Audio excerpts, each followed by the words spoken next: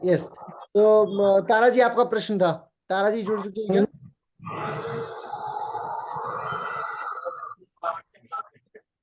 अच्छा, ठीक है, ठीक है, कोई कोई बात नहीं, अभी तारा जी नहीं जुड़ पाई हैं। तो चले, मैं अगले वक्ता को आमंत्रित कर लेता हूँ। आप लोग प्रश्न मेरे को लिख के भेज दीजिए, फिर मैं आपको अंत में मौका देता हूँ प्रश्न पूछने का। मैं आमंत्रित करना चाहता हूँ अपने अगले कुशल वक्ता को। और साथ में एक तरीके से कह लीजिए, सर से मुझे कुछ शिक्षा लेने का अनुभव प्राप्त है। सन 2011 में एक लाजपत नगर में मंदिर हुआ करता था। तो उस मंदिर में मैं जाया करता था, और सर वहाँ पे नेचुरोपैथी की शिक्षा दिया करते थे। तो सौभाग्य है मेरा कि मैंने कुछ सीखा भी है सर से। और सन 2010, 11, 12 अनवरत वर्षों तक सर ने अपनी सेवाएं मूल तौर पे योग शिक्षकों को निशुल्क दी है। और साथ में आज भी बहुत बड़ा कार्य सर निशुल्क रूप से कर रहे होते हैं। तो मुझे लगता है कि अपने खास करके अपने इस जीवन में जिसमें व्यक्ति कुछ देना चाहे, वो एस एन यादव सर से सीख सकता है। अर्चना योगायतन संस्थान के अध्यक्ष के तौर पे एक बहुत कहा जाए कि सिर्फ एक अर्चना योगायतन पहचान है, तो ये अतिशयोक्ति के मामले में बहुत छोटी सी शाब्दिक विवेचना कही जा सकती है। सर के पास इतना बड़ा अनुभव है, और साथ में डायरेक्ट डिसाइपल होने का जो गौरव प्राप्त है योग के महानतम गुरु धीरेन्द्र ब्रह्मचारी गुरु जी के, तो वो भी हम सभी के लिए एक गौरव का विषय है। मैं आमंत्रित करना चाहता हूं अपने अगले वक्ता सत्यनारायण यादव सर को। सर, स्वागत है आपका, मंच आपका है सर।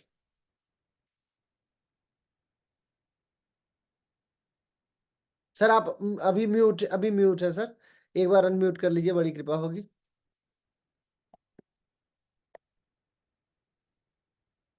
नहीं, अभी भी नहीं आ रही सर आवाज।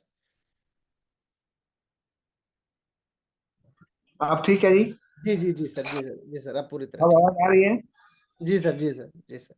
चलिए, सभी लोगों को मैं नमस्कार करता हूँ, जितने भी प्राकृतिक चिकित्सा, योग, आयुर्वेद परिवार से जुड़े हुए हैं। मैं सबको एक परिवार के रूप में लेता हूँ, और मैं अपने आप को एक योग का, आयुर्वेद का, प्राकृतिक चिकित्सा का छोटा सा विद्यार्थी साधक समझता हूँ। और मैं सीखने की इच्छा आज भी रखता हूँ, बचपन से ही लेकर आज तक, और सीखता रहूंगा। मुझे बहुत खुशी है, शिवम जी ने मुझे अवसर दिया आप लोगों के साथ जुड़ने का। और प्राकृतिक चिकित्सा के क्षेत्र में मुझे जो थोड़ा सा ज्ञान है, संकलन है, मैं उस पर अपना विचार रखना चाहूंगा। तो आज का विषय जहाँ तक मुझे ज्ञात है कि अ, अ, जितने भी अजीर्ण रोग हैं, इनक्युरेबल डिजीजेस, तो बीमारियां तीन तरह की होती हैं। पहले तो नेचुरोपैथी में बचपन में ये सिखाया जाता है कि बीमारी किसे कहते हैं। डिजीज, अंग्रेजी में disease, this is, if you are not feeling easy, this is called disease. अगर आप सहज नहीं महसूस कर रहे हैं, चाहे सिर दर्द हो रहा हो, चाहे नींद नहीं आती हो, चाहे घुटना दर्द हो, चाहे कोई भी तकलीफ हो, उसको डिजीज, रोग कहते हैं, बीमारी कहते हैं, विकृति कहते हैं। और तीन तरह की बीमारियां होती हैं: एक्यूट डिजीज, क्रॉनिक डिजीज, और फेटल डिजीज। कि तीव्र रोग, जीर्ण रोग, और असाध्य रोग। तो असाध्य रोग कब बनता है?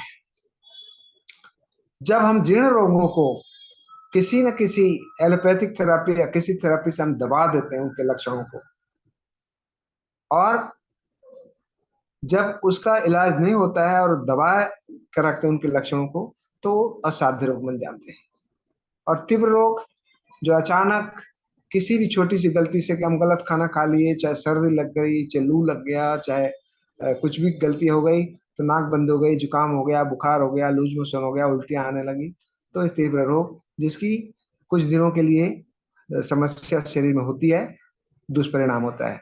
तो प्राकृतिक चिकित्सा के बारे में हम मेरा जो व्यावहारिक अनुभव है, किताबी बातों को हम एक तरफ करें, तो प्राचीन काल से ही कहा गया है कि रहीमन बहु भी सज करत, व्याधि न छाड़त साथ, खग मृग बसत अरोग बन, हरि अनाथ के नाथ। कि जितने भी जीव जंतु हैं, पशु पक्षी हैं, जिनका कोई देखने वाला नहीं होता है, जो जंगल में रहते हैं, जिनका कोई रखवाला नहीं होता है, वो खग मृग बसत अरोग बन, वो लोग, बसत का मतलब विचरण करते हैं, जीवन यापन करते हैं, निरोग, वन में। और रहीमन बहु भेषज करत, जो रहीमन करते हैं सो कॉल्ड सिविलाइज्ड लोग, सभ्य लोग, जो सभ्यता से सुविधाओं से संपन्न है, वो लोगों के पास आज जितने भी दुनिया में देखा जाए तो heart specialist, lungs specialist, skin specialist, bone specialist, eye specialist, brain specialist, दुनिया का कोई ऐसा अंग नहीं है जिसके स्पेशलिस्ट नहीं है आज। और बड़े बड़े रिसर्च हो चुके हैं, बड़ी बड़ी दवाइयां, इंजेक्शन, सब कुछ सर्जरी की व्यवस्था हो चुकी है। होना तो ये चाहिए कि जितनी मॉडर्न साइंस, आधुनिक विज्ञान अपने आप को तरक्की कर लिया बोलता है, तो एक भी बीमार नहीं रहना चाहिए। जितने हॉस्पिटल, जितने एक्सपर्ट, जितने स्पेशलिस्ट, जितनी दवाइयां, इंजेक्शन, सर्जरी हो गई है, लेकिन कहते हैं कि जितना भी हम ज्ञान प्राप्त कर रहे हैं, जितनी भी हम दवाइयां लेते हैं, उतनी बीमारियां और बढ़ती जा रही हैं। और जो कवि ने कहा है वो आज साबित हो रही है, क्योंकि कोई बीमारी जा नहीं रही है बल्कि बढ़ती जा रही है, एक से एक अद्भुत बीमारियां। तो लेकिन जो प्रकृति के शरण में रहता है, चिड़िया सूर्योदय से पहले ही अपना घोंसला छोड़ देती है और सूर्यास्त के बाद अपने घोंसले में विश्राम के लिए आ जाती है। हम जीव जंतुओं से, ऋषि मुनियों ने जितने भी नेचुरोपैथ हुए, पशु पक्षियों से सीखा, वन्य जन जीव जंतुओं से सीखा, और वही है नेचुरोपैथी। नेचुरोपैथी को आज हम लोग थेरापी के रूप में बहुत सफलता पूर्वक देख रहे हैं। दिखाई दे रहा है।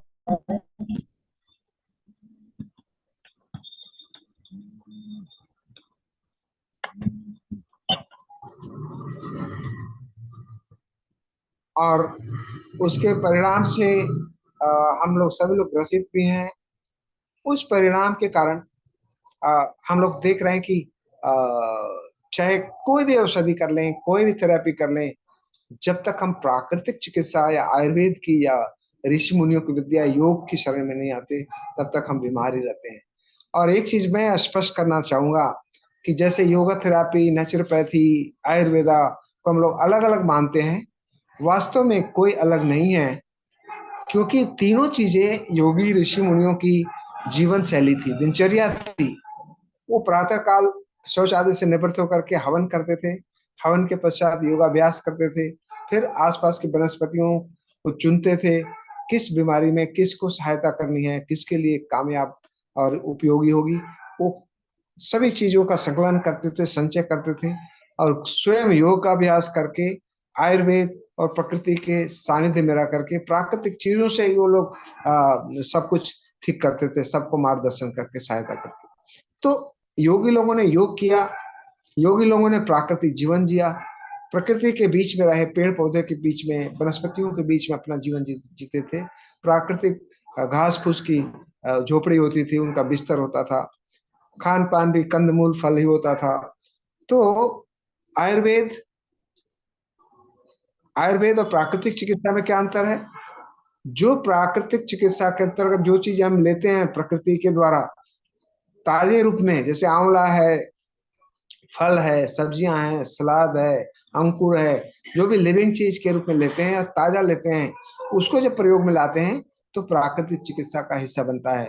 और जितने प्राकृतिक संपदा है, प्राकृतिक स्रोत हैं, जैसे धूप, मिट्टी, पानी, हवा, जल आदि, तो अगर उनके बजाय, उनके स्थान पर हम, जैसे कहते हैं बोलचाल के भाषा में, ऑफ सीजन में, कि आंवला का सीजन नहीं है तो हम सूखा आंवला लेते हैं, अगर अदरक ताजी नहीं मिलती है तो हम सोंठ ले लेते हैं, उसी का सूखा रूप।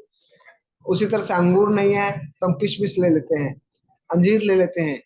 तो जब कोई चीज उस ऋतु में नहीं मिलती है, स्थान पर नहीं मिलती है, उसको सुखा करके, उसको एकत्र करके उसके दूसरे रूप में प्रयोग करते हैं, चूर्ण के रूप में, पाउडर के रूप में, या किसी न किसी रूप में, वो आयुर्वेद का स्वरूप ले लेता है। तो योगियों ने, ऋषि मुनियों ने यही व्यवस्था की थी, उसी व्यवस्था को देख करके हमने वर्गीकरण कर दिया। लेकिन मैं स्पष्ट करना चाहूंगा, तीनों एक ही चीज है, एक ही जीवन शैली है, और वास्तव में कहा जाए तो एक जीवन जीने की कला है। जो ऋषि मुनि लोग जीते थे, उसका हम योगी ऋषि मुनि तो नहीं बन सकते, लेकिन जितना भी उनके अंदर जो सद्गुण थे, जो दिनचर्या का भाग था, जितना भी संभव है हमारे जीवन में अपनाने के लिए, वही है नेचुरोपैथी, वही है आयुर्वेद, वही है योग। अब हम आते हैं विषय पर कि नेचुरोपैथी से असाध्य रोगों को, इनक्योरेबल डिजीजेस को, फैटल डिजीज को कैसे ठीक रखा जाए। तो नेचुरोपैथी में, प्राकृतिक चिकित्सा में कहते हैं कि prevention is better than cure. कि बचाव चिकित्सा से बहुत बेहतर होता है। ये किसी भी रूप में लागू होती है, किसी विषय पर लागू होता है, किसी क्षेत्र में लागू होता है। तो हम बीमार ना पड़े अगर उस रूप में अगर जीवन जिया जाए, वही है प्राकृतिक चिकित्सा। और प्राकृतिक चिकित्सा को अगर एक वाक्य में परिभाषित किया जाए तो प्रकृति के रहस्यों को जानना, अध्ययन करना और उनके गुणों को अपने जीवन में आत्मसात करना, इम्प्लीमेंट करना, प्रयोग में लाना, अमल करना प्राकृतिक चिकित्सा कहलाते हैं। जैसे नीम में क्या है, अदरक में क्या है, उसका गहराई से अध्ययन करें, वैज्ञानिक तत्वों तक जाएं, कौन कौन सा उसमें केमिकल होता है, कौन कौन से औषधि गुण होते हैं, किस बीमारी में कौन से गुण ज्यादा लाभ देंगे। अगर उसको हम जान करके अध्ययन करके और किसी बीमार को, किसी जरूरतमंद को अगर हम प्रयुक्त करते हैं औषधि के रूप में, चाहे आहार के रूप में, क्योंकि प्राकृतिक चिकित्सा में आहार ही औषधि है। औषधि के नाम पर कुछ नहीं दिया जाता है, आहार को ही ठीक कर दिया जाए कि कौन सा तत्व अधिक है, उस अधिकता को, उसकी एक्सेसिव पार्ट को, अधिकता को, प्रचुरता को किस आहार से कम किया जा सकता है, या जो अल्पता है, डेफिशिएंसी है, उसको किस आहार से पूरित किया जा सकता है, संतुलित किया जा सकता है। यही है प्राकृतिक चिकित्सा का आहार और चिकित्सा पद्धति या मेडिसिनल जो थेरेपी है, ट्रीटमेंट है। तो सबसे पहले तो हम रूट में जाएं कि जितने भी प्राकृतिक चिकित्सक हैं, विश्व स्तर के हो चाहे स्थानीय स्तर के हो, चाहे कितना कम अनुभव हो चाहे ज्यादा अनुभव हो, अगर आप सबसे पहले एक अच्छा इंसान बने, मानवतावादी, अगर आपके अंदर सेवा भाव है, तो अगर ज्ञान कम भी है, अनुभव कम भी है, तो प्राकृतिक चिकित्सा या प्रकृति माँ की ये विशेषता है कि बहुत सारा ज्ञान, बहुत सारा अनुभव, बहुत सारी औषधियां, बहुत सारा आहार देने की आवश्यकता नहीं है। एक ही काफी है, एक ही थेरेपी काफी है, एक ही आहार काफी है। डॉक्टर विनोद कश्यप जी ने बताया, बहुत अच्छी बात बताया उन्होंने, मैं सहमत हूं उनकी बात से, कि एक फल लीजिए, एक सब्जी लीजिए, एक सलाद लीजिए, एक अनाज लीजिए, क्योंकि हमारा शरीर जब हम ग्रहण करते हैं कोई भी चीज, तो उस समय जो डाइजेस्टिव जूस का सिक्रेशन होता है वो एक ही चीज को पचाने के लिए होता है। और डाइजेस्टिव जूस का डाइजेशन सबसे पहले शुरू होता है हमारे मुंह से। मुंह में जो स्लाइवा निकलता है, लार निकलता है, जो पाचक रस मुख्य रूप से शुरुआती वही है।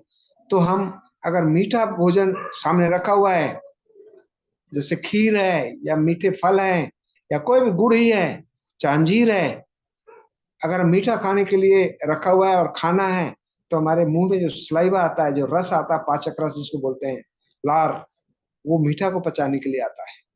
लेकिन अचानक बीच में हम अगर पकौड़ा खा लेते हैं, समोसा खा लेते हैं, आजकल चाउमीन खा रहे हैं, पिज्जा खा रहे हैं, बर्गर खा रहे हैं, जो बाजार की चीजें खा रहे हैं, बहुत तरह तरह की चीजें खा रहे हैं, तो वो पचा नहीं सकेंगे, क्योंकि मीठा के लिए हमारा सलाइवा निकला था, पाचक रस निकला है। आंतरिक रूप से भी वही होता है। और अगर एक चीज एक समय में खाएं, चाहे सलाद खाएं, चाहे मीठा खाएं, चाहे नमकीन खाएं, चाहे फीका खाएं, चाहे कोई अनाज खाएं, चाहे कोई फल खाएं, कोई सब्जी खाएं, अगर एक चीज लेते हैं तो हमारा शरीर में पाचन भी व्यवस्थित होगा और शरीर एब्जॉर्ब भी करेगी सुव्यवस्थित ढंग से, क्योंकि व्यवस्था ही ऐसी प्रकृति की है। तो seasonal, local, natural and fresh भोजन कैसा होना चाहिए? इट शुड बी सीजनल, कि किस ऋतु में आप रह रहे हैं, किस क्लाइमेट में रह रहे हैं, किस तापक्रम में रह रहा है आपका शरीर, उसी तापक्रम में, उसी क्लाइमेट का पैदा हुआ सब्जी, फल, अनाज, साग आपको ज्यादा लाभ देगा। दूसरा है नेचुरल भोजन। नेचुरल होना चाहिए, यही नहीं कि खीरा लिया, उसको छील दिया, उसको कद्दूकस कर लिया, उसके बाद उसमें नमक डाला, उसमें जीरा डाला, उसमें नींबू डाला, पत्ता मिला दिया, उसका जो नेचुरल क्वालिटी थी उसको आपने भंग कर दिया, डिस्टर्ब कर दिया, अस्त व्यस्त कर दिया, छीड़ हो जाता है सब।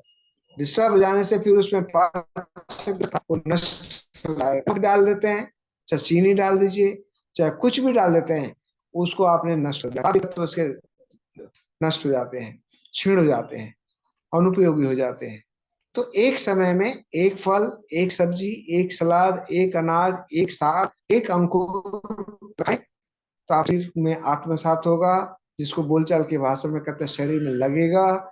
लगेगा का मतलब वो तत्व हमारे लगेगा। कहते हैं पहले अन्न जो खाते हैं वो रस बनता है, रस से रक्त बनता है, रक्त से मांस बनता है, मांस से मेद बनता है, मेद से अस्थि बनती है, अस्थि से अस्थि मज्जा बनता है, अस्थि मज्जा से रज या वीर्य है, रज और वीर्य हमारे विचार उत्पन्न होते हैं। इसीलिए कहा गया है कि जैसा खाए वैसा होवे मन। मन मीन्स थॉट प्रोसेस, कि आप गुस्से वाले हैं, कि आप सहनशील हैं, कि करुणामयी हैं, कि स्वार्थी हैं, कि संकीर्ण हैं, कि ईर्ष्यालु हैं, कैसे हैं, कैसा व्यक्ति है। एक ही घर में भाई बहन होते हैं, एक ही भोजन बनता है, एक ही माता पिता, एक ही प्यार, एक ही देख रेख होती है, लेकिन एक भाई गुस्से, एक सहनशील होता है, एक माता पिता को संभालने की जिम्मेदारी लेता है, एक नहीं ले पाता है। तो क्यों? जबकि एक ही भोजन, एक ही आबोहवा, एक ही वातावरण, एक ही परिवेश, एक ही संस्कार मिला। लेकिन भोजन का मतलब एक चीज और मैं बताना चाहूंगा कि भोजन का मतलब केवल वो नहीं होता है थाली में खाते हैं या डाइनिंग टेबल पर खाते हैं।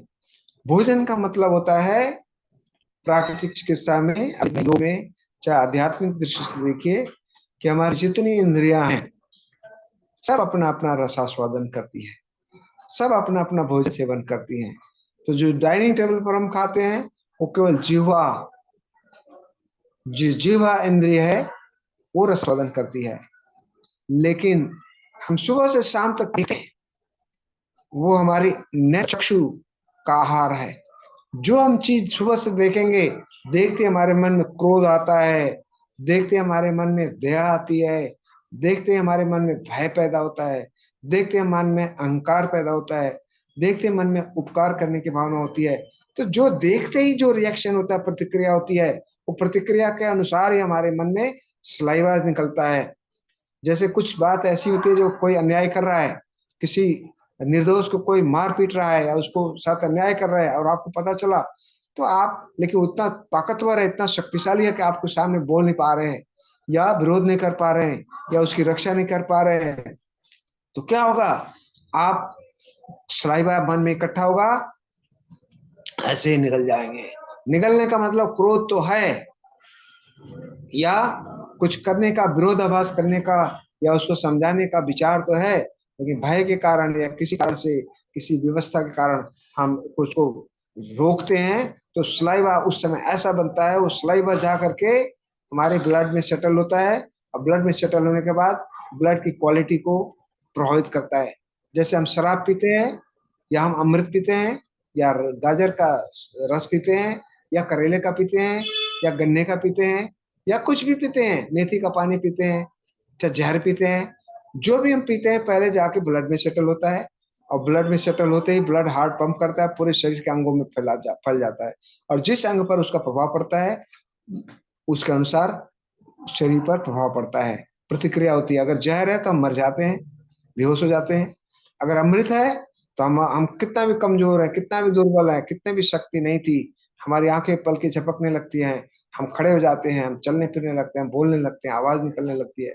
तो आहार का मतलब भोजन, उससे भी महत्वपूर्ण जितनी भी इंद्रियां हैं, क्या देखती हैं, कान क्या सुनता है, सुबह से लेकर शाम तक कैसे लोगों से मिलते हैं, कैसी बातें करते हैं, सात्विक बात करते हैं, आध्यात्मिक बात करते हैं, ज्ञान की बात करते हैं, या तामसिक बात करते हैं, वासनात्मक बात करते हैं, या राजनीतिक बात करते हैं, या किसी का की आलोचना करते हैं, कैसी बातें हम सुनते हैं सुबह से शाम तक, या मंत्रों का उच्चारण सुनते हैं, या हमारी मंदिरों की घंटियां सुनाई देती हैं, या किसी की चीख चिहाड़ सुनते हैं।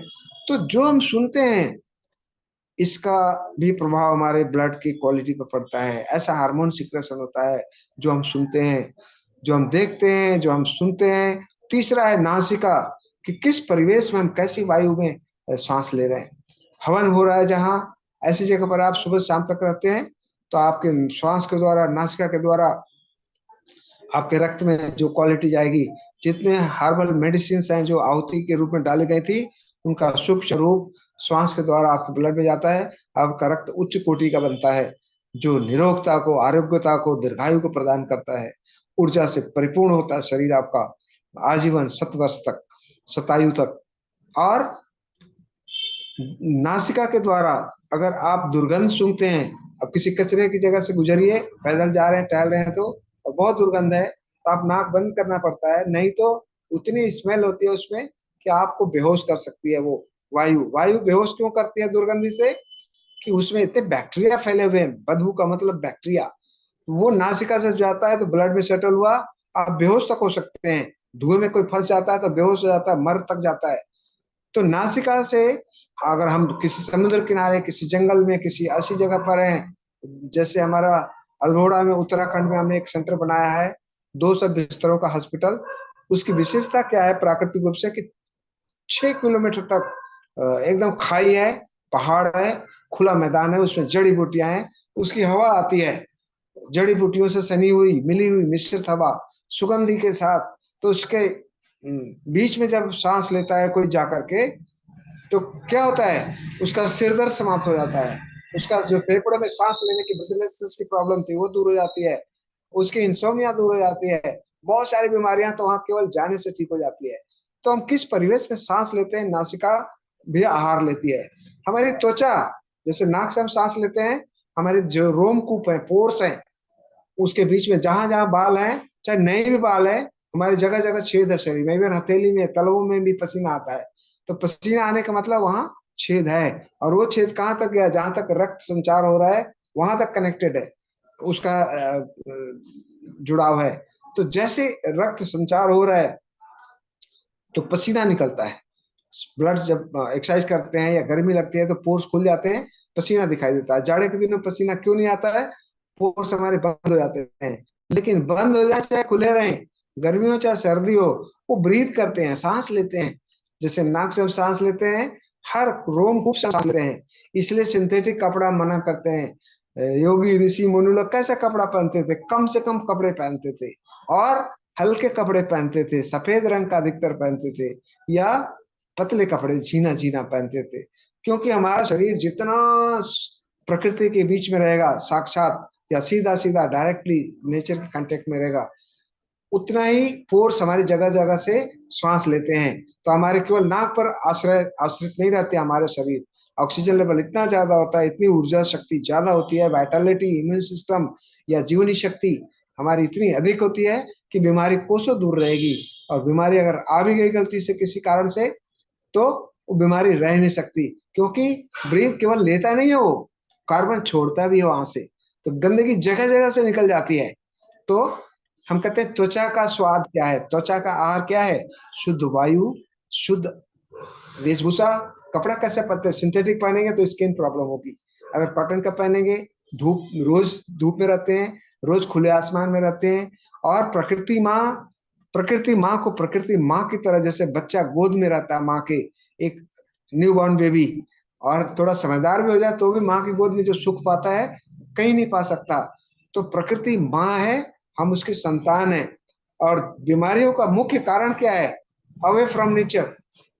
हम लोग प्रकृति से दूर होते जा रहे हैं। शुद्ध हवा में कितनी देर रहते हैं? खुले आसमान में कितनी देर रहते हैं? खुली धूप में कितनी देर रहते हैं? हम अपने आप से पूछे तो हम अपने आप को ठगा महसूस करते हैं कि हम तो धूप में रहते ही नहीं है, कुछ देर ही रह पाते हैं। वो भी हर किसी के भाग्य में नहीं कि धूप में रहे, खुली हवा में रहे, खुले आसमान में रहे, या धरती के बीच में मिट्टी के ऊपर डायरेक्ट नंगे पर चले, या नंगे पैर घास पर चल पाए, पेड़ों के नीचे रहे। पेड़ों के नीचे रहने का मतलब क्या है? पेड़ के नीचे रहने से किसान लोग, गांव के लोग या पहले के लोग पेड़ के नीचे, घर के सामने एक पेड़ जरूर लगाते थे, पेड़ के नीचे बैठते थे, पेड़ के नीचे काम करते थे, पेड़ के नीचे सोते थे, दिन में बैठते थे। तो क्या है कि पेड़ों के ऊपर से जब धूप आती है तो पत्तियों को छेद करके किरणें आती हैं। तो पत्तियों को छेदने के बाद उसमें जो क्लोरोफिल होता है, हर पत्ती में क्लोरोफिल होता है, और इसीलिए उसका रंग अलग अलग होता है। किसी पत्ती का लाल होता है, किसी का हरा होता है, किसी का पीला होता है, किसी का ब्राउन होता है। तो हर पत्तियों का रंग, क्लोरोफिल की क्वालिटी कितनी है? तो जो हरी पत्ती वाली चीजें हैं, पेड़ है, पौधे हैं, उसमें सबसे ज्यादा क्लोरोफिल होता है, क्योंकि क्लोरोफिल का रंग हरा होता है, इसी कारण से पत्तियां हरी होती हैं। जब पेड़ के नीचे आप बैठते हैं या गुजरते हैं या टहलते हैं, तो आपको सूर्य किरणें भले धूप नहीं मिल रही लेकिन क्लोरोफिल लेके आपके पत्ते को छेदा, फिर आपके स्किन को छेदता है, फिर आपके मसल को, मांस को छेदता है, फिर आपके बोन को छेदता है। छेद करके वो रोशनी कहाँ तक जाती है? आपके बोन मैरो तक जाती है। इतनी शक्ति है सूर्य की किरणों में। तो सूर्य की किरणों से हम संपर्क ही नहीं रखते हैं। कई लोग शीशा लगा दिए हैं और कहते हैं हम धूप सेकते हैं। शीशे में से धूप तो आएगी, गर्मी भी आएगी, रोशनी भी आएगी, लेकिन जो किरणों का जो रहस्य है, वो जैसे पानी आप शीशे पर फेंकेंगे तो पानी नहीं आता, हवा नहीं आती है, उसी तरह से किरणों का जो तत्व है, ऊर्जा जो डायरेक्ट स्किन पर पड़ती है, लाभ मिलता है, वो उससे वंचित हो जाते हैं। कई लोग गाड़ी में बैठ के धूप सेकते हैं, कई लोग बालकनी में शीशा लगा के या कमरे में शीशा की दीवार है या खिड़की है उससे धूप लेते हैं। ऐसा ना करें, डायरेक्ट धूप में जरूर बैठे। और गर्मी के दिनों में सुबह की धूप लें, जाड़े के दिन में कभी भी लें, दिन भर ले सकते हैं। तो एक तो प्रकृति से नजदीक रहिए, माँ के गोद में रहिए। माँ का गोद का मतलब पांचों तत्व, पृथ्वी में, मिट्टी में रहिए, पेड़ के नीचे रहिए, हवा में रहिए, खुले धूप में रहिए, खुले आसमान का रहस्य बताऊं कि खुले आसमान में रहने का क्या है, जैसे कोई पौधा है, अगर आप उसको आसमान से हटा दीजिए, खाद पानी कुछ भी दीजिए, लेकिन कुछ दिनों के बाद पीला पड़ने लगेगा। और नहीं हटाएंगे फिर भी नहीं, उसको धूप में बाहर खुले आसमान में रखेंगे तो मर जाएगा बीमार होके। तो हम लोग सभी एक लिविंग प्राणी हैं, जीवित प्राणी हैं, एक धूप के पौधे हैं।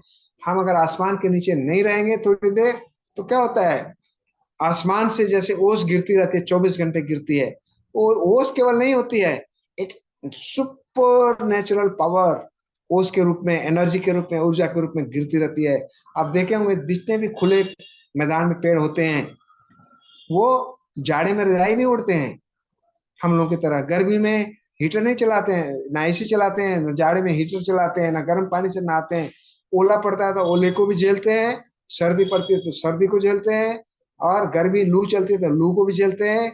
और सब कुछ झेल करके आंधी तूफान को, उनके अंदर तभी औषधि गुणों की भरमार होती है। उसका एक एक पत्ता, उसका छिलका, उसका बीज, उसका तना, उसका फल, उसका फूल, हर चीज उसमें औषधि गुणों से भरपूर होता है। हर पेड़ों के अलग अलग औषधीय गुणों की क्षमता अलग अलग होती है, क्योंकि वो प्रकृति के हर द्वंद्व को सहन करते हैं।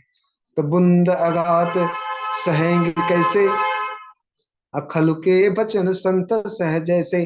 संत कौन होता है?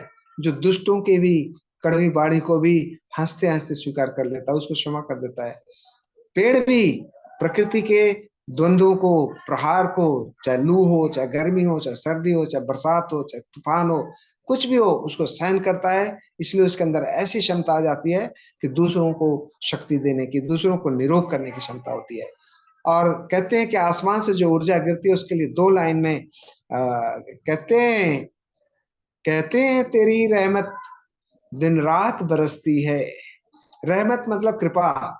हे ईश्वर, तुम्हारी कृपा, कहते हैं ना कृपालु है प्रभु, लेकिन साक्षात कृपा देखनी हो तो खुले आसमान में बैठ के देखिए। खुले आसमान में जो पेड़ सुंदर सुंदर फूल खिलते हैं, वो खुले आसमान में ही खिलते हैं। जो आसमान से दूर रहेगा उसमें सुंदरता वाला फूल नहीं, सुगंधी नहीं रहेगी, रंग आ जाएगा, लेकिन सुगंधी या तत्व औषधि गुणों से तो युक्त नहीं होगा। तो कहते हैं तेरी रहमत दिन रात बरसती है, एक बूंद जो मिल जाए तकदीर बदल जाए। कहते हैं तेरी रहमत दिन रात बरसती है, एक बूंद जो मिल जाए तकदीर बदल जाए। एक बूंद का मतलब नॉट फॉर 24 आवर्स, हमेशा मत खुले आसमान में रहिए, थोड़ी देर के लिए, जितना हो सके उतने देर के लिए सूर्य के निकट, सूर्य के शरण में, सूर्य के सामने, सूर्य के सानिध्य में, और खुले आसमान के नीचे, प्रकृति के नीचे, पेड़ों के नीचे, मिट्टी जो साफ मिट्टी है वहां, जहाँ घास है वहां जरूर बिताइए। इसलिए हमारे कहते हैं साइंस बिहाइंड रिचुअल्स, हमारे जितने भी ऋषि मुनियों ने रिचुअल्स बनाए हैं, अनुष्ठान बनाए हैं, चाहे मंत्र के रूप में हो, चाहे आचमन के रूप में हो, चाहे पूजा के रूप में हो, कि तुलसी के सामने जाके पूजा करनी होती है, पीपल के पेड़ की पूजा करते हैं हम लोग, आंवले की परिक्रमा करते हैं। बहुत सारे पेड़ हैं जिनके हम आध्यात्मिक रूप से ईश्वरीय शक्ति से ओतप्रोत मान करके उनकी आराधना करते हैं, उनकी पूजा करते हैं, क्योंकि उनसे वो ऊर्जा निकलती है जो और किसी चीज से नहीं मिलती। दूसरा, सूर्य को हम नमन करते हैं। सूर्य को हम जब जब जल देते हैं, तो जब जल देते हैं तो हाथ उठा के जैसे लोटे से जब जल गिरता है तो सूर्य उस तरफ है, इस तरफ आप हैं, बीच में जल गिर रहा है। तो जल जब गिरता है सूर्य और आपके आंखों के बीच में, तो उसमें से आप नोटिस करेंगे ध्यान से, तो इंद्रधनुष की तरह 7 रंग उसमें से चमक के निकलते हैं।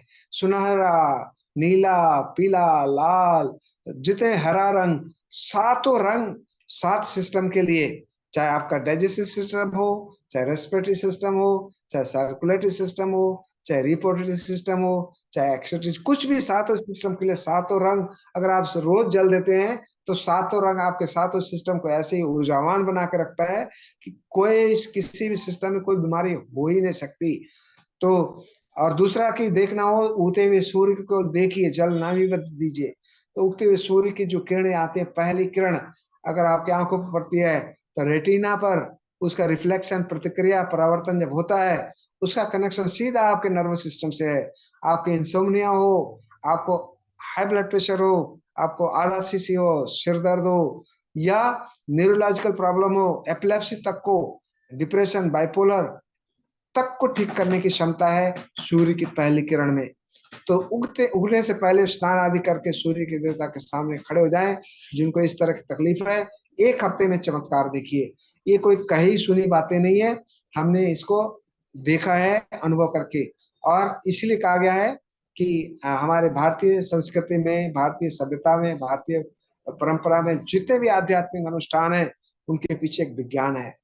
और आज विज्ञान की कसौटी पर लोग देखते भी हैं, तो जो रिसर्च कर रहे हैं, अनुसंधान कर रहे हैं, पा रहे हैं कि यस, जो भी वेदों में, आयुर्वेद में, या जितने भी धार्मिक ग्रंथों में, औषधीय संहिताओं में जो जो वर्णन है, वर्णित है, वो वैज्ञानिक रूप से आज भी खरा उतरता है। तो नेचुरोपैथी का मतलब केवल मिट्टी, पानी, लेप लगाना, मसाज करना, या पोटली लगाना, या कहते हैं एनिमा देना, स्टीम लेना, ये नेचुरोपैथी का है बीमार के लिए। लेकिन हम बीमार हो ही क्यों?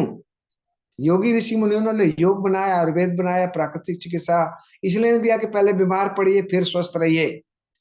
उन्होंने ये रास्ता जो बताया है कि बीमारी क्या होती है हमें पता ही नहीं होना चाहिए, और अगर बीमार हैं भी तो ऐसे बीमार जो डॉक्टर भी बोले कि हम ठीक नहीं कर सकते, मेरे पास कोई इलाज नहीं है। फॉर एग्जाम्पल, कोई दवाई आज तक नहीं बनी है लीवर को, फैटी लीवर को, लीवर में सिरोसिस हो, एलोपैथ की कोई दवाई नहीं है। डॉक्टर इस चीज को नहीं स्वीकार करते हैं, लेकिन सच बात यह है कि डॉक्टर को भी पता है कि लीवर, फैटी लीवर या लीवर सिरोसिस या लीवर में कोई भी प्रॉब्लम हो जाए, इन्फेक्शन हो जाए, कोई दवाई नहीं ठीक कर सकती।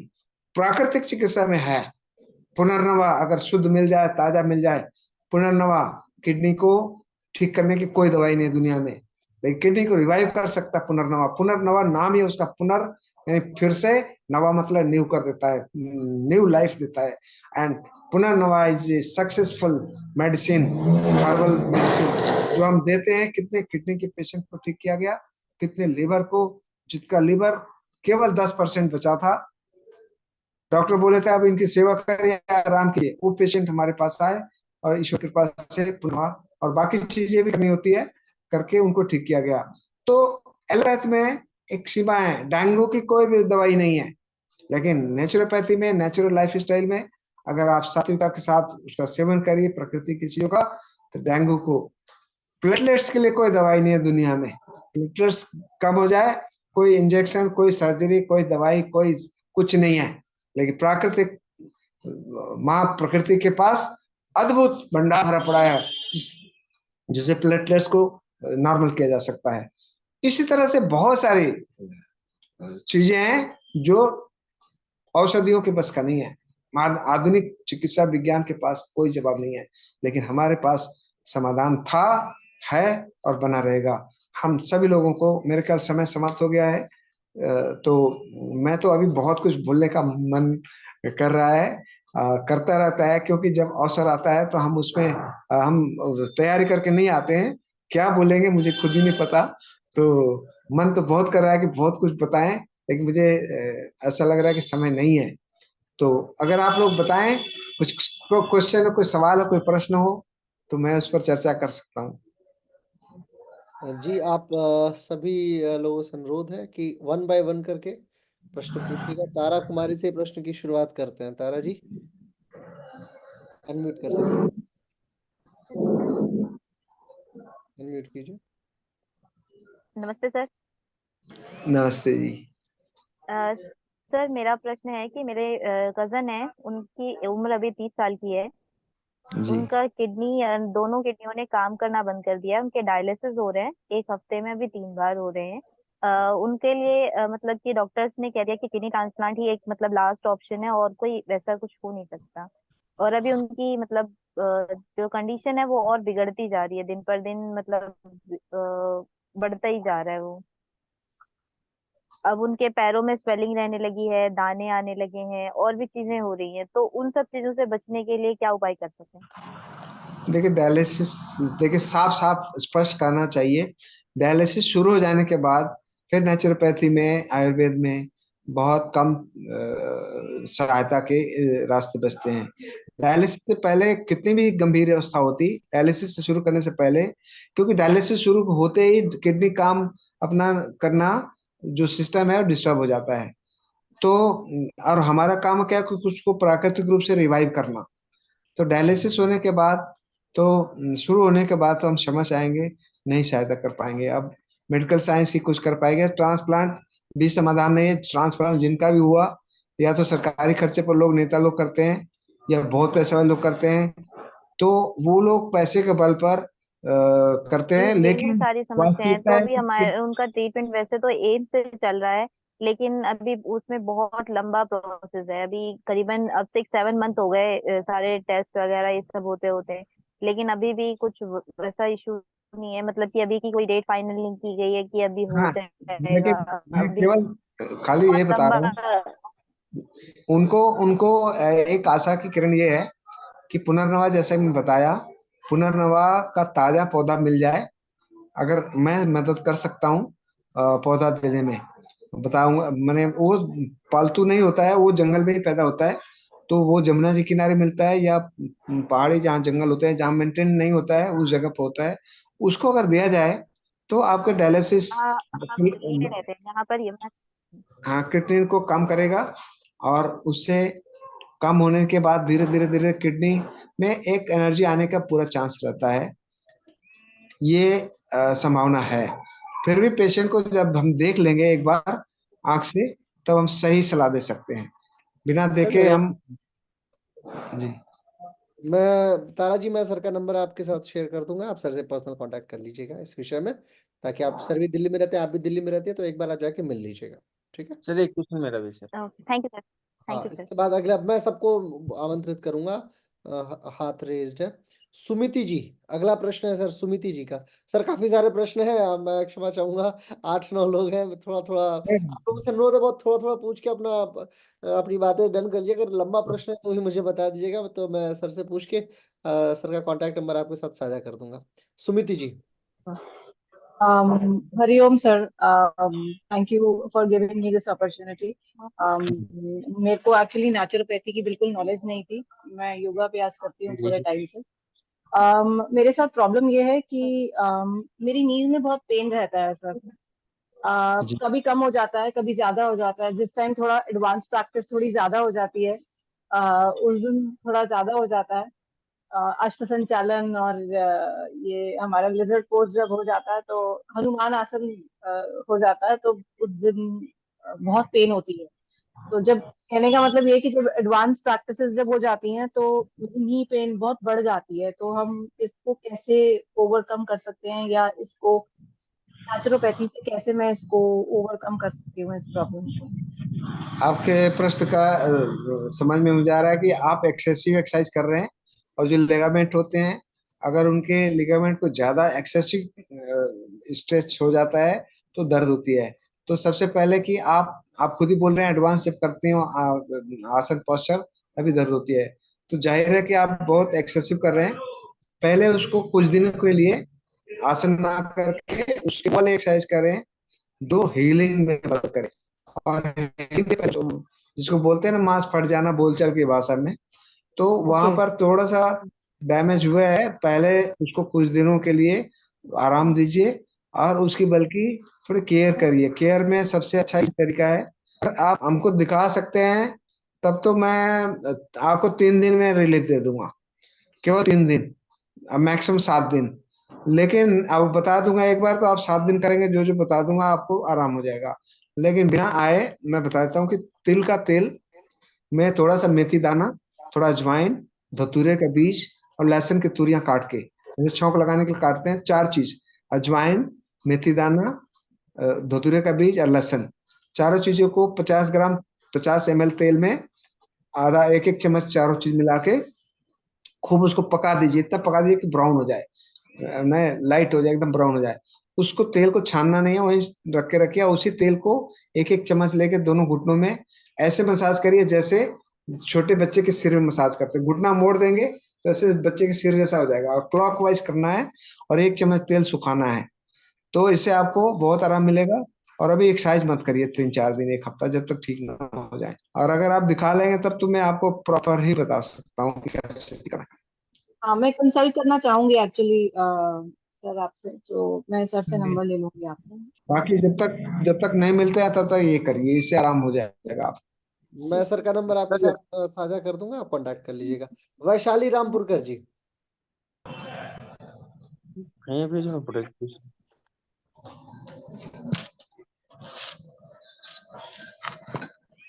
वैशाली जी अनम्यूट कर लीजिए। हरिओम सर। हरिओम जी। सर मेरे जीजाजी हैं, करीब 55 साल के, उनको वेरिकोज वेन्स का अल्सर हुआ है पैर को। वेरिकोज वेन्स में वेरिकोज वेन्स का अल्सर है, जख्म हुआ है सर। वो कम से कम 10 साल से पिछले क्योर ही नहीं हो रहा है। एलोपैथी पूरा कर चुके हैं।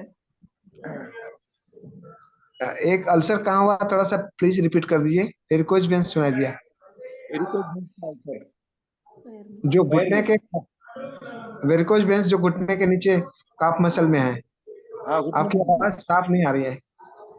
घुटने के नीचे। हाँ सर, आपकी आवाज नहीं आ रही। सर मैं बताता हूँ, घुटने के नीचे जो वेन्स है वो काफ मसल। अल्सर हाँ। युक्त हो चुकी है। थोड़ा सा उसमें उसमें डैमेज देखने को मिला है, जो ओहो। वॉल्व्स है उसमें लेग वेन्स में, तो उसी के विषय में ब्लीडिंग तो नहीं, ब्लीडिंग तो नहीं हो रही है अभी? फट तो नहीं गई नहीं नसें? नहीं नहीं नहीं। अच्छा, फिर तो ठीक हो जाएंगे। फिर ठीक हो जाएंगे। आपको सबसे पहला क्या करना है कि उसको गर्म चीज नहीं खानी है कभी भी, सिकाई नहीं करनी है। और ठंडा कंप्रेशन और माड़ पैक बहुत काम आएगी वहां। और हल्के हाथ से एक मसाज करेंगे, हल्के हाथ से, बहुत तेज हाथ से नहीं करना है।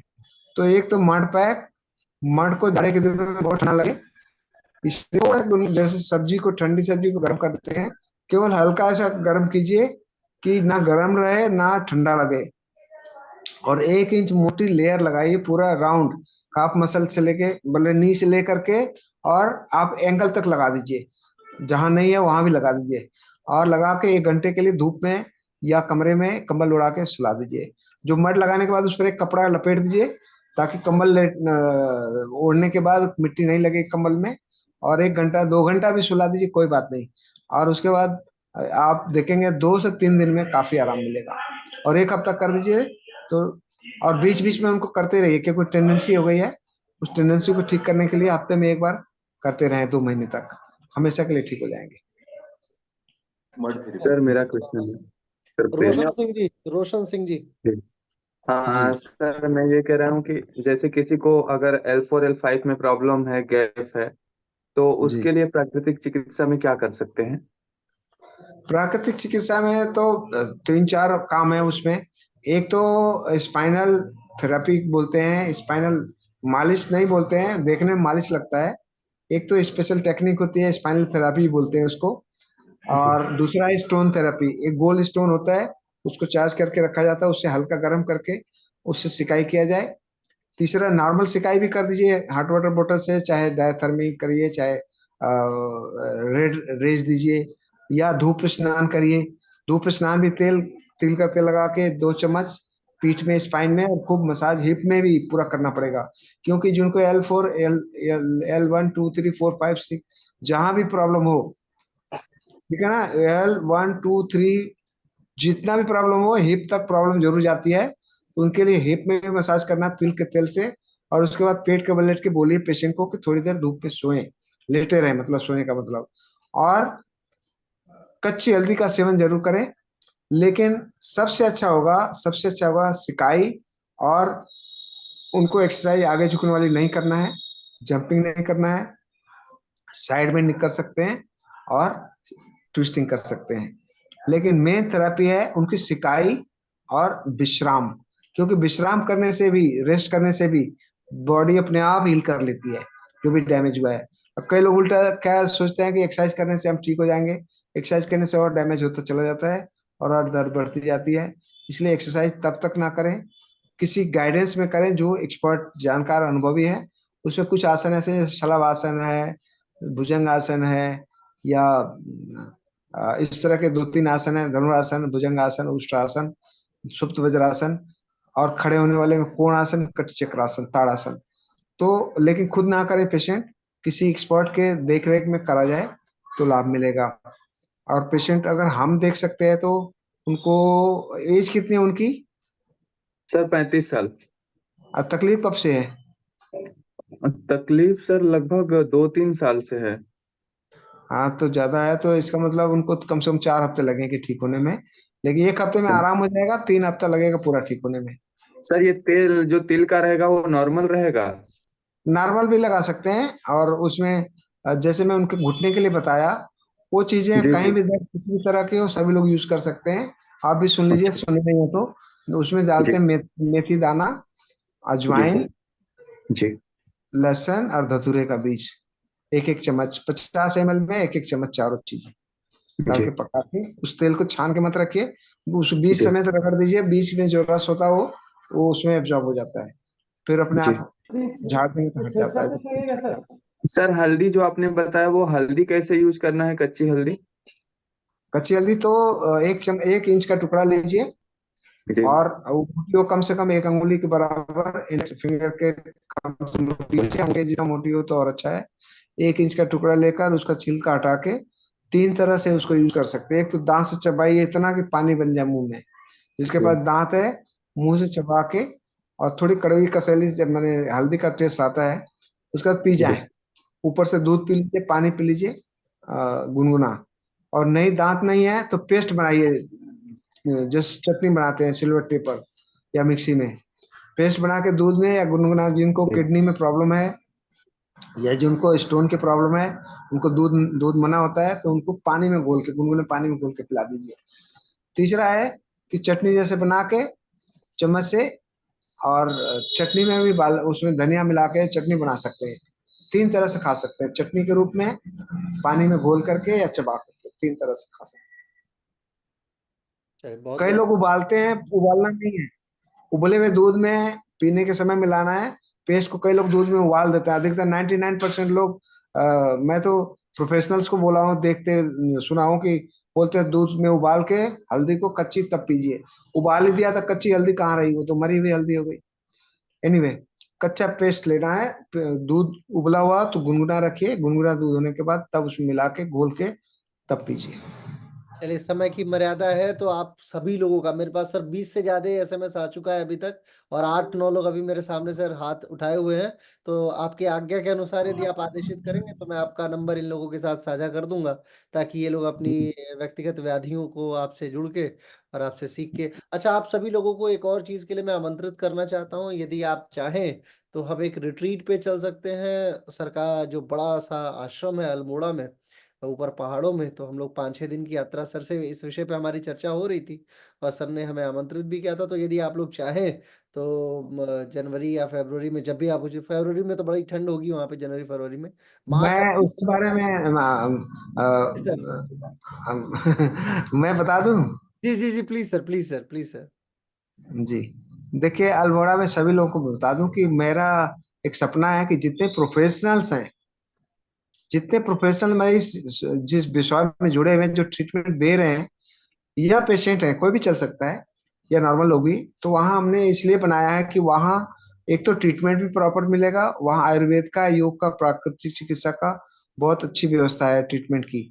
दूसरा, हम वहाँ सिखाना चाहते हैं अपने 50 वर्ष के अनुभव, मुझे 50 साल हो गया इस काम को करते हुए एज ए प्रोफेशनल, तो 50 वर्षों का अनुभव भी मैं अपने प्रोफेशनल्स को शेयर करना चाहता हूँ, आपस में बांटना चाहता हूँ। और आप लोगों के पास कोई नई चीज है, अच्छी चीज है, तो उसको लेना भी चाहूंगा, मुझे संकोच नहीं होता है सीखने में।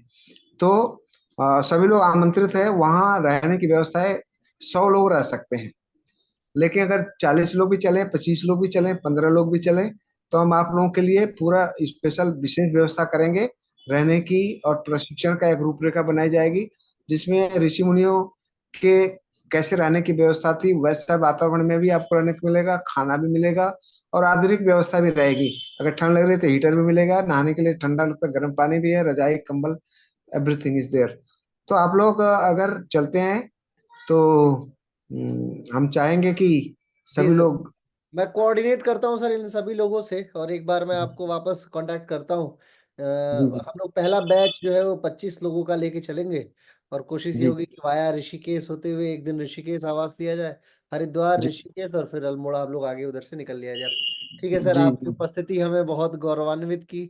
मुझे पता है आपकी व्यस्तता बहुत ज्यादा रहती है, और इतना बड़ा दायित्व इतने बड़े बड़े संस्थानों के डायरेक्टर और फाउंडर होने के नाते मैं समझ सकता हूँ कि आपका कितना कर्तव्य रहता है। हालांकि एक बड़ी डेडिकेटेड टीम आपके साथ हमेशा कार्यरत रहती है। सर, आपकी उपस्थिति हम सभी को गौरवान्वित कर रही है। बहुत सारे लोगों का प्रश्न है सर, मैं आप सभी लोगों से क्षमा प्रार्थी हूँ, क्योंकि समय की एक मर्यादा है, एक सीमा है, हम अपने समय के अनुरूप चल रहे हैं। आप हमें अपना प्रश्न भेज दीजिएगा, या कोशिश ये रहेगी कि मैं सर को एक दिन और अनुरोध करूं कि एक प्रश्न उत्तर श्रृंखला के तहत आप सभी को आमंत्रित किया जाए, आपके ग्रुप में इससे संबंधित सूचना भेज दी जाएगी। अगले छोटा को सा मैं क्वेश्चन है आमंत्रित इधर, करूं, छोटा मैं सा। चाहता हूं कि हमारे अगली वक्ता जो है डॉक्टर चित्रा जैन जी को भी आप लोग सुने, और उनसे भी 4-5 प्रश्न जिनका भी रहेगा, डॉक्टर चित्रा जैन जी से भी हम लोग सुना जाएगा। आपके 4-5 प्रश्नों को मैं डॉक्टर चित्रा जैन जी तक भी पहुंचाऊंगा।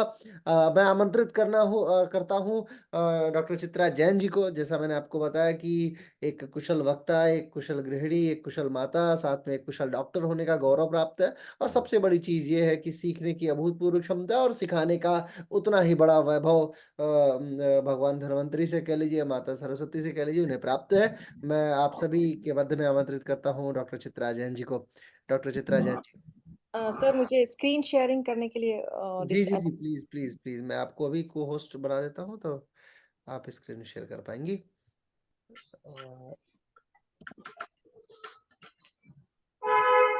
जी, आप अब स्क्रीन शेयर कर सकते हैं।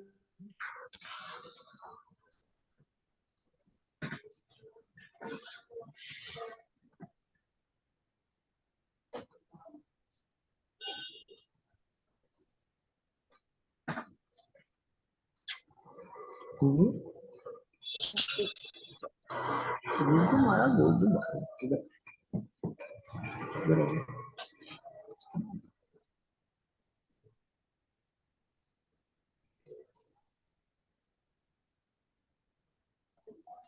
आओ। पधारे हुए सभी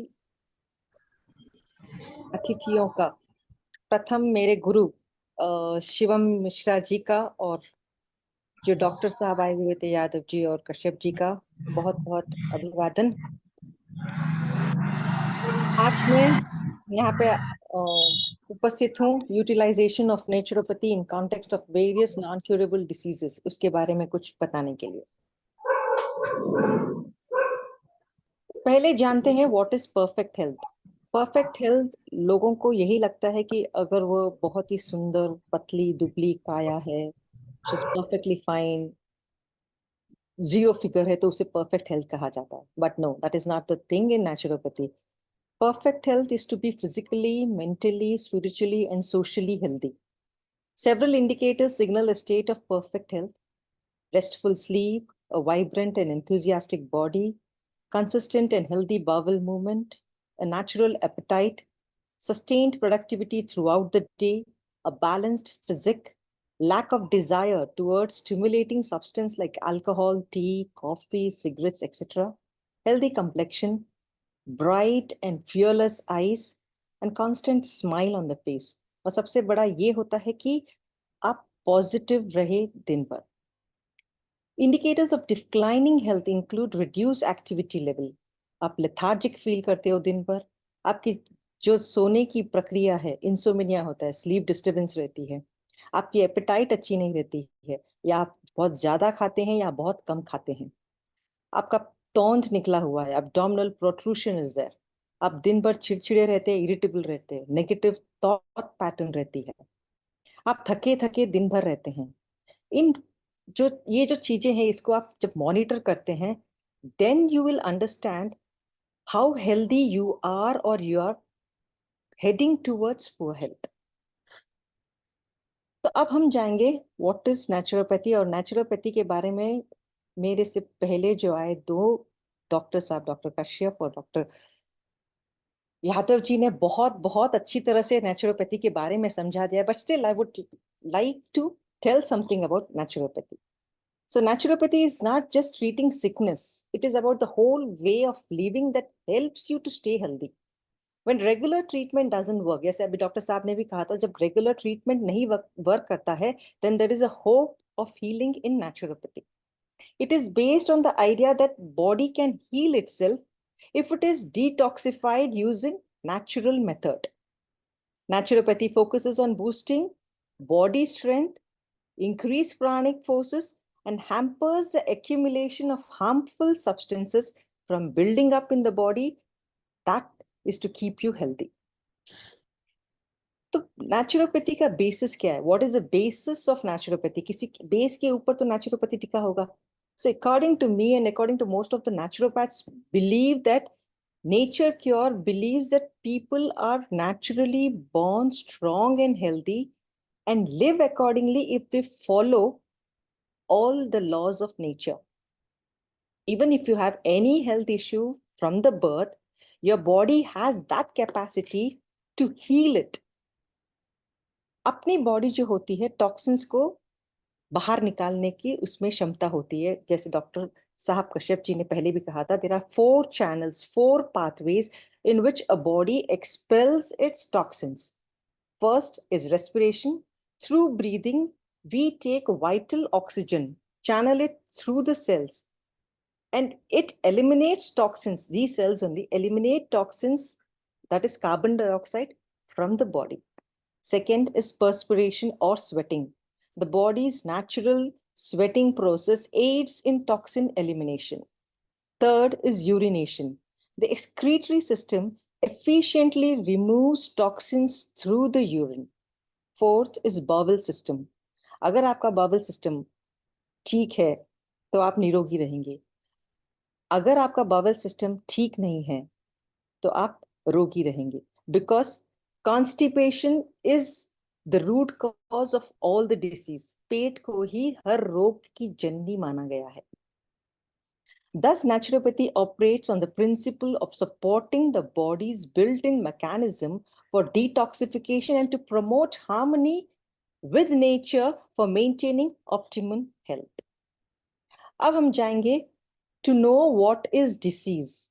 अभी डॉक्टर साहब ने, मैंने सुना था कि उन्होंने भी कहा था what is disease. Literally we mean when split करते हैं disease को, dis-ease, that is lack of ease or comfort within the body. The primary cause of all disease is to attribute the accumulation of toxins within our body. Disease is an indication of the ongoing effort of the body to rejuvenate and restore itself. Nature works to expel toxins from our bodies, but जब detoxification process slow हो जाता है and accumulation process ज़्यादा हो जाता है, then your body get diseased. It is a fact, जैसे हम सब जानते हैं कि our body is a big bundle of germs, virus, bacteria, pathogen. हमारे शरीर में जितने भी germs के नाम ले लीजिए, सारे सारे अपने शरीर में हैं, but yes, in a appropriate quantity, appropriate, distributed properly over the body. जब इसमें imbalance आ जाता है and that imbalances arises due to high toxin level, a particular or a specific bodily region loses its functionality. और जब वो अपनी loose functionality loose कर देता है, and that becomes a part और that becomes gives an conducive area for bacterial growth. This disruption leads to the state of discomfort within our bodies. Nature, जब हमें कुछ disruption होता है तो nature shows, the body shows the sign that I'm not feeling well by fever, cold, cough, headache. This is natural way of body throwing out the toxins. In case if we interfere with this detoxification through medication, we often lead to the disease of progression from acute to chronic to destructive condition. तो हमें जब भी हमें कोई छोटी सी बीमारी होती है तो let us not try to suppress it, but see that we treat it through naturally. Naturopathy के principles है, there are around, according to me, according to every naturopath, there are different principles, but according to me and what I believe is it works on 5 principles. These are the main 5 principles. First, the body heal itself. Body खुद का doctor है. इस example लीजिए, छोटा बच्चा खेल रहा है, वो खेलते खेलते गिर गया, उसे चोट आ गई, रब करेगा, थोड़े दिन के बाद वो अपने आप हील हो जाता है. We will not take him to any doctor or we will not. हाँ, आजकल की टेंडेंसी माताओं की है कि वो लेके जाती है, but olden days we never used to take. अपने आप हील होता है because body has the power to heal itself. Second, lower vitality causes disease.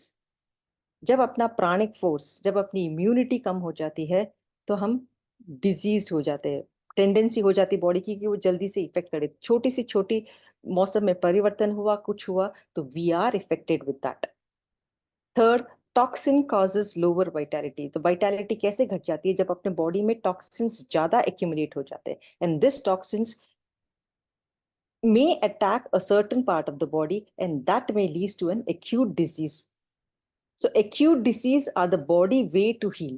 So जब आप थोड़े से में आप नहीं सचेत हो जाते कि हाँ मेरे बॉडी को डिटॉक्सिफिकेशन की जरूरत है, then that छोटा सा ही बीमारी आपको एक्यूट डिसीज में ले जाता है. वहां पे भी हम सचेत होकर अगर हम बॉडी को डिटॉक्सिफाई करना शुरू करें तो maybe we will get relieve from that disease. Fifth is germ causes diseases when found in diseased condition. जैसे एलोपैथी में कहा गया है कि जर्म्स की वजह से हम बीमार होते हैं, हम नेचुरोपैथी में ऐसे नहीं कहते. हम नेचुरोपैथी में कहते हैं कि because body is a big bundle of germs, germs are already there. When there is some imbalance, when toxins accumulate, then the imbalance creates and that is the reason that we get diseased. अपनी body की energy और the pranic force drops क्योंकि toxins built होते हैं. तो toxins built होने के reasons भी तो होते होंगे. तो main reason is imbalanced diet. जब अपना डाइट प्रॉपर नहीं होता है, जब हम हेवी फूड्स खाते हैं, स्पाइसी फूड खाते हैं, वी आर ओवर ईटिंग और we are eating it late. खाने का वक्त नहीं है, जब आया तब खा लिया. Pushing ourselves too hard without rest. जैसे अभी किसी ने प्रश्न पूछा था डॉक्टर साहब के कि मेरे घुटनों में ऐसा दर्द हो रहा है. That is she is pushing herself too hard without any rest. आप अगर ऐसा भी करते हो तो आपकी जो एनर्जी है वो ड्रॉप होगी, आपकी प्राणिक फोर्स कम होगी, आपकी इम्यूनिटी कम होगी. So don't push yourself too hard, take rest, let the body rest and then you continue. Stress, fear और not listening to your body. Stress आजकल हर किसी के पास रहता है, डर हर किसी के पास रहता है. अगर if you are in that, आपकी बॉडी हील नहीं होगी. So listen to your body. When your body say yes I am stressed, आप रिलैक्स कीजिए. डर है तो डर के लिए आप मेडिटेशन कीजिए, उसे भगाइए. So listen to your body, what your body is taking. जब आपको छोटी से छोटी बीमारी हो जाती है, अब हम क्या करते हैं? दवाई ले लेते हैं, उसे सप्रेस कर देते हैं. So taking medicine that is just like hiding your problem. Don't hide, don't suppress it. When we get sick suddenly, like fever, cough, cold, जो भी आता है, that is a body signal कि भाई बॉडी में कुछ प्रॉब्लम हुई है, गड़बड़ी हुई है. If we ignore it and just cover up, just medicine ले लिया, उसे कवर अप कर दिया, ये वापस आपके पास दुगुना होके आपके पास आएगा. So naturopathy says don't hide it, detoxify it from the root. To cure diseases, the first and the foremost important, जैसे अभी दोनों डॉक्टर साहब ने आपको बताया था कि आपका खान पान क्या होना चाहिए, and that is the base of naturopathy. Simple rule, when you fall sick, stop eating. Don't eat any solid food. Stick to a light diet, जैसे fresh fruits हो गए. Wait till your natural appetite come back. Therapies इसमें natural therapies जो हम करते हैं, अभी doctor साहब ने भी बहुत अच्छे से समझाया था कि जैसे हमारा शरीर पंच महाभूतों से बना गया है, earth, air, fire, space, water. When these are balanced, we are healthy. But any of these element is low, naturopathy uses natural techniques to fix it. Breathing techniques are used when balance air element. हम प्राणायाम वगैरह करते हैं when we have air element अपने body में imbalance होता है. Mud therapy is used for earth imbalance. Color therapy and sunlight is used to balance fire element. Fasting is for space imbalance. Lastly, hydrotherapy is used to balance water element in the body. तो इतना था अपने naturopathy के बारे में. इससे बहुत अच्छा डॉक्टर साहब जो इसके पहले आए बहुत अच्छा समझा चुके हैं. बट यहाँ पे मैं मेरा पर्सनल एक्सपीरियंस शेयर करना चाहूंगी. Naturopathy is a vast field which does not impact on the professionalism of the field, but also personally. जब मैं पुणे में कोविड सेंटर में थी, पारनेर महाराष्ट्र में एक सेंटर है, वहां पे कोविड-19 पेशेंट्स के लिए मैं वहां पे गई थी. तो our center was divided into two section. एक एलोपैथी के लिए था, एक नेचुरोपैथी के लिए था. तो नेचुरोपैथी में हम लोगों को symptomatic, asymptomatic as well as critical patient दिए गए. The naturopath focused on treating the patient holistically. हम naturopathy में holistically we see all the 4 parts in treating a patient. That is physical, mental, socially and emotionally. 4 aspects को देख के हम treat करते हैं. So all these 4 factors were seen when we were treating the patient. Most of the patients believed that spirituality और भगवान को हम इसी की वजह से हुआ है, भगवान ही हमें treat करेगा.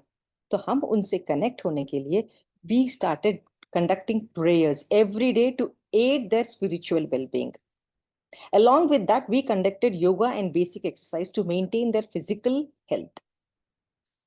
While the world was busy with the norm of social distancing, wearing mask, हम फोकस थे पेशेंट्स के मेंटल एंड सोशल वेल-बीइंग के लिए. स्ट्रिक्टली हम लोगों ने कह दिया था कि there will be no mask, nobody will be putting the mask. ना हम मास्क पहनते थे, ना हम पेशेंट्स को मास्क पहनने देते थे. So we were sitting with the patient.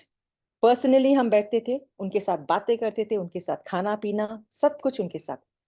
वहां का जो मीडिया था, जब मीडिया हर रोज every day the media used to come to take the coverage. Itna surprises that started documenting our experiences, which brought a very big impact to understand the practice of naturopathy. The most crucial part of eliminating is disease from root. Our practice is to practice naturopathy. What we did there was हमने specific herbs, food, diet दिया, कुछ specific therapies हमने दिए. उसके वजह से patients with in 2 to 3 days they revive. और वही पेशेंट हमारे वॉलंटियर्स बने और वही आगे जाके उनके घर में अगर ऐसी कभी परिस्थिति आए तो वो खुद कैसे holistically they can treat themselves, we thought them. After seeing how the pandemic affected numerous people around the world, I decided to contribute my share towards spreading the knowledge that I have to eliminate the disease from the root, and founded Heal Without Peel. It makes health products using nature. On my behalf, मैं यहीं पे समाप्त करना चाहूंगी. And there is a small giveaway from me. You feel free to take the snapshot of it. Diabetes का food chart है. And this is for the people. It's just a rough idea where you can start your food, your plan your diet according to it. The first will be you have to fill your plate with the non-starchy vegetables. मतलब जैसे sir ने पहले भी बताया था कि आपको vegetable जैसे आपने एक बड़ी प्लेट ले ली, हाफ ऑफ द प्लेट में आपको वेजिटेबल्स लेना है, कच्चे, जो कच्चे खा सकते हैं कच्चे खाइए, जो कच्चे नहीं खा पाते हैं they can just boil it, और वो ले सकते हैं। सेकेंड रहेगा आपका फर्स्ट प्रोटीन्स का, एंड थर्ड रहेगा 1 पोर्ट कार्बोहाइड्रेट लेना है। और जब पानी वगैरह लेते हैं, लोग आजकल क्या करते हैं, खाने के साथ साथ they take that cola and all those stuff, तो आपको वो सब नहीं लेनी है। आप छाछ ले सकते हैं, बटर मिल्क ले सकते हैं, या आप पानी लीजिए। तो in this way, this is a diet chart, a basic diet chart for a diabetic patient to follow every day. Thank you so much.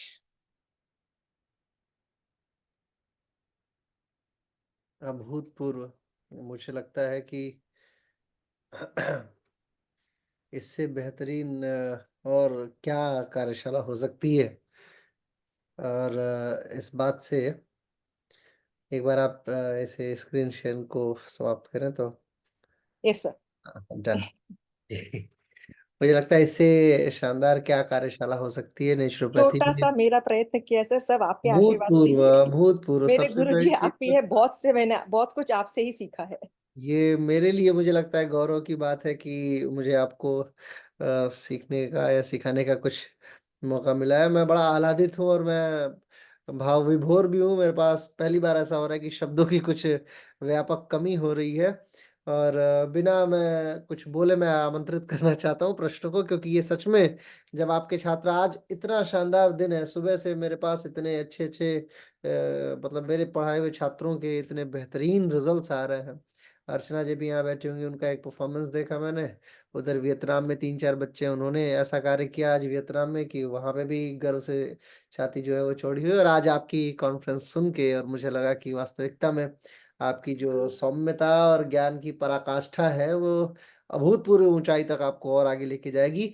मैं प्रश्नों को आमंत्रित करता हूँ, प्रश्न आप सभी का। ये मत मान के चलिए कि अभी मैम जो है वो मतलब मेरे द्वारा शिक्षित है। आप लोग सीधे तौर से डायरेक्टली मैम से प्रश्न पूछ सकते हैं। बड़ी योग्यता है, मैंने आपको बताया कि आगे की और पीछे की दोनों तीनों पीढ़ियां जो है वो ज्ञान का सागर है, भंडार है। तो स्वागत है आपके प्रश्नों का। सबसे पहले मैं नीतू जायसवाल जी को आमंत्रित करता हूँ। इनका हाथ काफी देरी से ऊपर ही है। नीतू जायसवाल जी,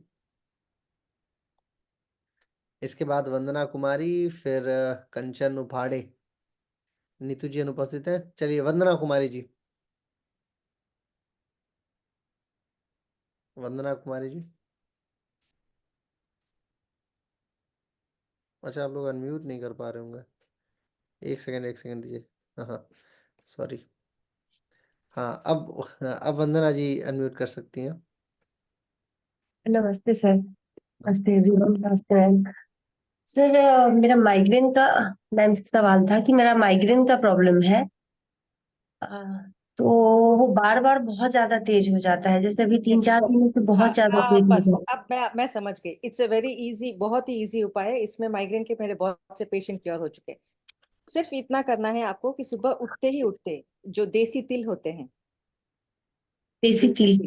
देसी तिल को 1 चम्मच लेना है, बिना ब्रश किए, बिना सब कुछ किए, एनीथिंग, नथिंग नथिंग, तिल लेना है और चबा लेना है। इतना चबा चबा के उसको इतना चबाना है कि उसका ऑयल छूट जाए। आफ्टर दैट, ब्लैक या व्हाइट मैम? सॉरी देसी तिल इंटरप्ट। आपके वहां पे जैसे आता है, अभी हमारे यहाँ पे जो आता है, महाराष्ट्र में जो आता है, वो लाइट लाइट ब्राउनिश आता है। आप जिस एरिया में आपके वहां पे जैसे देसी तिल आता होगा, वो रिफाइंड नहीं चाहिए, पॉलिश्ड नहीं चाहिए। उसको उतना चबाना है कि उसका ऑयल निकल जाए। एंड देन आफ्टर दैट उसके ऊपर 1 घंटा, आधा या 1 घंटा कुछ नहीं खाना है। सिर्फ 1 हफ्ता कीजिए, ठीक हो जाएगा। Thank you so much ma'am. Thank you Vandana ji. Kanchan Upade ji, Maharashtra. Maharashtra से काफी सारे लोग हैं और मैं आप लोगों से अनुरोध करूंगा कि मैं मैम का नंबर पूछ के इनसे शेयर कर दूंगा। आप लोग ना हो तो पुणे जाइएगा और इनसे जरूर मिलिएगा। बहुत सारी चीजें आप लोग मिलके भी कर सकते हैं। महाराष्ट्र से सैकड़ों लोगों को अपने सेवाएं दी है। तो मुझे लगता है कि यदि आप लोग वहां मिलके अपनी ही एक एसोसिएशन बना ले तो वहां पे हजारों लोग हो जाएंगे, है ना। तो आप लोग जरूर मैम से मिलेगा जी। Kanchan ji. Thank you sir. मुझे ये पूछना है कि जैसे अभी एक मैम ने पहले भी पूछा था कि जैसे वो ओवर एक्सरसाइज करते हैं तो उनका बॉडी में पेन रहता है, पर मेरा पेन ऐसा है कि वो 2-3 दिन के बाद भी जाता नहीं है, यानी रिलैक्स करने के बाद भी। तो वो क्या नेचुरोपैथी से ठीक हो पाएगा? होता इसमें है। एक्सरसाइज करती हूँ उसके ऊपर, पर होता है कि वो थोड़ा ज्यादा रहता है कभी कभी। नहीं, मैं बॉडी पेन। आपको यस बता सर। दूं कि कंचन जी जो है वो अभी मिर्जा रज्जाक बेग मेमोरियल ट्रॉफी की नेशनल विजेता रही हैं। अपने एज ग्रुप में इन्होंने बहुत शानदार आसनों का प्रदर्शन करके और विजयश्री प्राप्त की थी। तो वो जो गोल्ड मेडल वाली भूख है वो थोड़ी ज्यादा हो गई और इस चक्कर में मुझे लग रहा है कि क्या हो जाती नहीं है। सर, वो उसकी वजह से नहीं, वो पहले भी हो रहा है कि हाँ नहीं जैसे मतलब पहले वही। पेन जाता था, हाँ, तो अभी जा नहीं रहा है, तो इसकी वजह से बोल रहे हैं कि वो जैसे मसल टाइट होते जाते हैं 1-2 घंटे के जी बाद, जी जी, तो एक्सरसाइज मैं करने के बाद। मैं यहाँ पे पूछूंगी, आप स्पोर्ट्स पर्सन है राइट? नहीं, मतलब योगा में ही, स्पोर्ट्स में तो कुछ नहीं करते, ओके, क्योंकि तो योगा आप का ही करते हैं हम। योगा में है तो आपको, मेरे को नहीं लगता है कि आपको दर्द होना चाहिए। फिर भी होता है तो आप हाँ, बैर फुट वॉक कीजिए। जैसे अभी ठीक है, चलेगा। डॉक्टर साहब ने भी कहा था, जितना आप जमीन से जुड़ेंगे, बिकॉज जब बॉडी, अब जब आप योगा करते हैं, सब कुछ कोई भी करते हैं, तो बॉडी स्टार्ट्स अंदर ही अंदर दो एलिमेंट्स होते हैं, positive radicals and negative radicals. जब पॉजिटिव रेडिकल्स बढ़ जाते हैं तो you start feeling all those. तो पॉजिटिव रेडिकल्स को घटाने हैं, नेगेटिव को बढ़ाने हैं। तो positive radicals you have to give back to mother earth.